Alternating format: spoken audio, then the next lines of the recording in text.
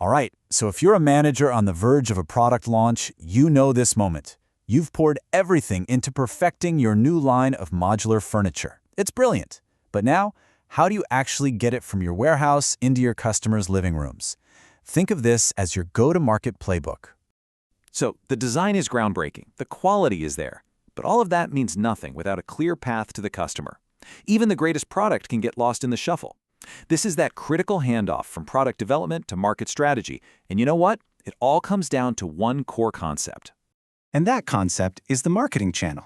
The easiest way to think about it is like a bridge. It's the bridge that connects you, the creator, to the person who's actually going to use your product. And it's not just about trucks and boxes. It's this whole ecosystem of people and activities, all working to make your furniture available and, well, desirable.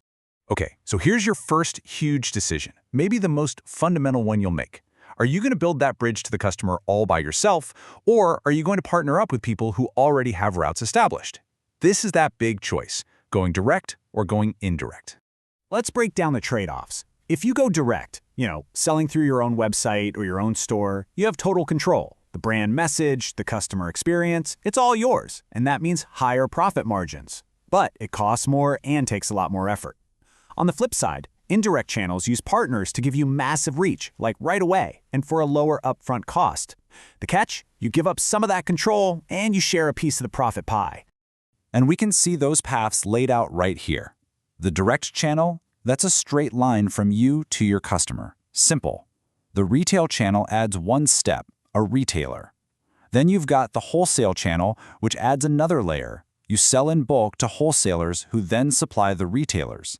And finally, the agent channel uses a representative to connect you to that whole chain. Now, it's really tempting to just write these partners off as middlemen who are just taking a cut, right? But in a smart system, they're not just taking a cut, they're adding real value. So who are these people exactly? And what are they actually doing for your brand? Well, each one is a specialist. You've got distributors who get really involved in your sales and marketing. Wholesalers, they are the absolute masters of logistics, buying huge quantities and getting products to stores. Retailers are your customer-facing experts right there at the point of sale. And then agents are the relationship gurus, representing you and handling all the contracts. So what's the actual value here? Well, wholesalers bring efficiency. By buying in bulk, they drive down your per-unit costs. Retailers provide accessibility. They put your furniture right where customers are already shopping. Plus, they can handle key customer service stuff like installation. And maybe the biggest one of all, this whole network gives you instant market coverage. You could be in new cities almost overnight. Now, this is where modern strategy starts to get really, really cool. You don't actually have to pick just one of these paths. In fact, some of the most successful brands out there are blending their approaches to get the best of both worlds. It's called a hybrid model. And for your modular furniture brand, this could look like running a really sleek e-commerce website for your direct sales, where you keep all the profit and get all that juicy customer data while also partnering with a few select design retailers to create physical showrooms. You get that broad reach, and you also get that direct control. This hybrid approach gives you incredible flexibility. But remember, your channels don't operate in a bubble. You still need promotional channels, like a feature in a big design magazine or a spot on TV, to drive customers to your distribution points, whether that's your website or a partner store. For some customers, you just can't beat the credibility of traditional media. Okay, let's drill down into what is probably the most powerful form of direct selling today, digital channels. And this is so much more than just throwing some ads online. It's about building an entire customer journey that you can track and that delivers a measurable return on your investment. Think of your digital strategy like a system, where every part has a very specific job. SEO, or search engine optimization, that's for discovery. It's how people find you when they're searching for a modern modular sofa. Digital ads, that's all about reach, getting in front of new people. Social media lets you do incredibly precise targeting and build a community. And email marketing, that's your secret weapon for nurturing someone from just being interested to actually making a purchase. But, and this is a really big but, no channel works forever. It's true what they say. Ad fatigue is a real thing. People will eventually start to tune out your messages. So the key takeaway for you as a manager is that you have to be constantly testing, measuring, and optimizing your mix. You have to be ready to shift your budget to the channels that are delivering the best ROI for you right now. So to make all this work, your channel decisions can't be an afterthought. They can't exist in a silo. They have to be woven right into the fabric of your entire marketing strategy. And that brings us to the classic 4 Ps.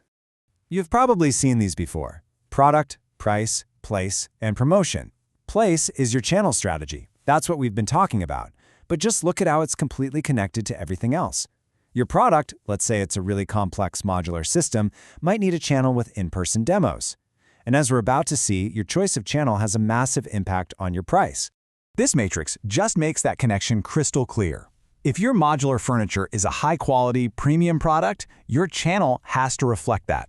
Selling it through exclusive, high-end design retailers, that supports a premium price. But if you try to sell that exact same product through a discount wholesaler, well, that creates a huge brand mismatch and totally undermines your price point. Your channel has to reinforce the value you're trying to communicate. Okay, we've designed the strategy. Now comes the final and maybe most important phase. How do we know if any of this is actually working? This is all about setting clear, measurable objectives so you can track your performance and hold your team accountable. The gold standard for setting effective goals is the SMART framework. Your goals can't be vague, like sell more furniture. That's not a goal, that's a wish. They have to be specific, measurable, achievable, relevant, and time-bound. This is how you transform a strategy into a real, actionable plan. And here are some real-world examples of what SMART objectives actually look like. Notice how every single one has a clear number and a timeline. Expand to 50 new retail stores within 6 months. That's a clear target. Or reduce logistics costs by 10% through supply chain optimization. It's this level of clarity that turns your strategy into results you can actually measure. So there you have it, your playbook for marketing channels. We've walked through that big choice, direct versus indirect. We've looked at the power of hybrid models, how to integrate digital, and why you absolutely have to measure everything. The blueprint is right here in your hands. So the only question left is, what's your first step?